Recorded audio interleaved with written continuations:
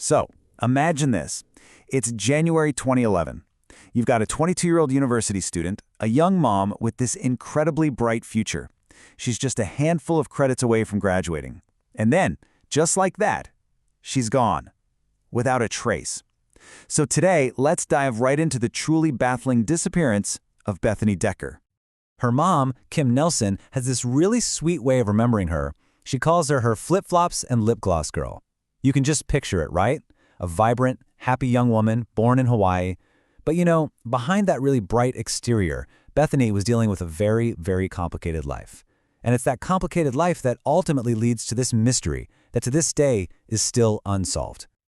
Okay, so let's really get a picture of who Bethany was. She's 22 years old, right? A dedicated student at George Mason University. And she wasn't just studying anything, she was studying global environmental change. Her mom said she wanted to, quote, change the world in a positive way. On top of all that, she's a mother to a young son, and she's working as a waitress to make it all happen. I mean, this is someone who had absolutely everything to live for. And that's what makes this whole thing so haunting, right? It's the central question of this entire case.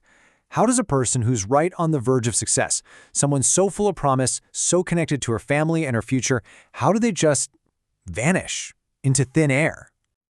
Okay, the timeline here is absolutely critical, and this is where things start to get really strange. The last time anyone can confirm seeing Bethany was on January 29th, but here's the kicker. She wasn't officially reported missing until February 19th. That is a 3-week gap, a whole period of silence that would end up being absolutely devastating for the investigation. 21. Just let that sink in. 21 days went by. And during that time, sure, her family and friends were trying to get in touch. They'd call, but her phone would just go straight to voicemail. The problem was, nobody realized that no one had actually spoken to her. It was like a chain of, oh, I'm sure she's busy. And because of that, a massive, crucial window of time was just lost, gone, before the official search could even start. So what were the first clues? Well, the first red flags actually came from her friends. They started seeing these weird posts on Bethany's Facebook, and they knew right away, that's not her. That's not how she talks. So her grandparents go to check on her apartment, and what they find is just eerie.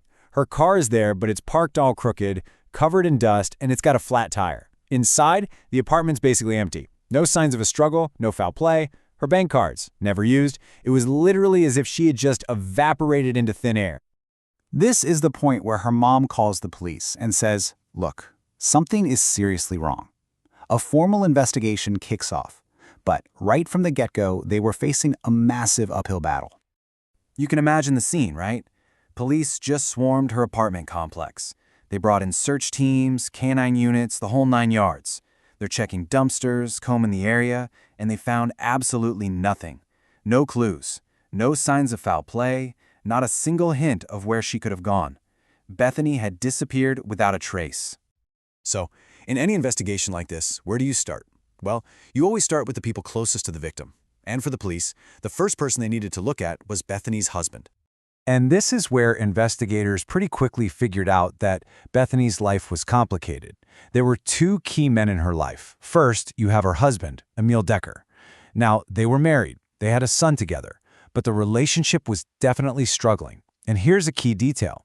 He was an active-duty soldier deployed in Afghanistan. But, and this is important, he had been home on leave right around the time she vanished. But here's the thing about Emil. He was cleared. And he was cleared pretty quickly. He cooperated completely with the investigation, he had a rock-solid alibi for the time she disappeared, and he even passed a polygraph test. And, as any investigator will tell you, it's just as important to rule people out as it is to find your person of interest. So, Emil was off the table. So, with her husband cleared, where does the investigation go? Well, it shifts, and it shifts dramatically, to the other man in Bethany's life. This was a secret relationship, one she was hiding from a lot of people, including her husband. It turns out that while Emil was deployed, Bethany had started a relationship with a guy named Ronald Roldan. They were co-workers at a restaurant, and they'd actually moved in together. And here is the most critical piece of information. Ronald Roldan was the last person to admit that he saw Bethany alive on January 29th. And according to Bethany's mom, this relationship was dark. He wasn't just a boyfriend. He was, in her words, very controlling and abusive, not only physically, but emotionally. We're talking about a guy who was so controlling he demanded she constantly check in with him, even making her send pictures of where she was just to prove it. And it didn't stop at emotional abuse. It escalated. Bethany eventually confided in her mother that Roldan had gotten physically violent. At one point, he had thrown her clear across the room and against a wall. Just awful. She also told her mom about this absolutely terrifying threat he'd made.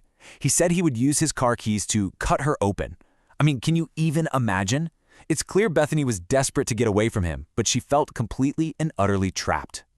Her mom, like any mother would, was begging her, just leave, just walk away.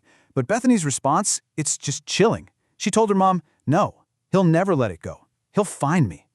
She was absolutely terrified and genuinely believed there was no escape for her. So what about Roldan? Well, he cooperated with the police at first, kinda, but then he just stopped talking. And with no physical evidence, what could they do? The case went completely ice cold. Roldan moved away, and it seemed like that was it. But then, months later, a shocking, violent event in a whole other state brings his name roaring back into the headlines. Okay, so this is just horrifying. Roldan had a new girlfriend, Vicky Willoughby, and when she tried to leave him, he attacked her. He beat her so badly he actually broke her neck. In a desperate struggle, she managed to get a hidden gun and shoot him twice, but he wrestled the gun away from her and shot her in the head. Incredibly, miraculously, Vicky survived and escaped to a neighbor's for help. But what this did, it demonstrated a terrifying pattern. This is a man who reacts with extreme violence when a woman tries to leave him. So, naturally, Roldan was arrested. He was charged with the attempted murder of Vicky Willoughby. But even with this horrifying new proof of what he was capable of, it still left the investigators in Bethany's case at a frustrating dead end. So where does that leave the case today? Well, here's the bottom line. Ronald Roldan is, without a doubt, the primary person of interest. He's a convicted felon, and we know for a fact he's capable of horrific violence.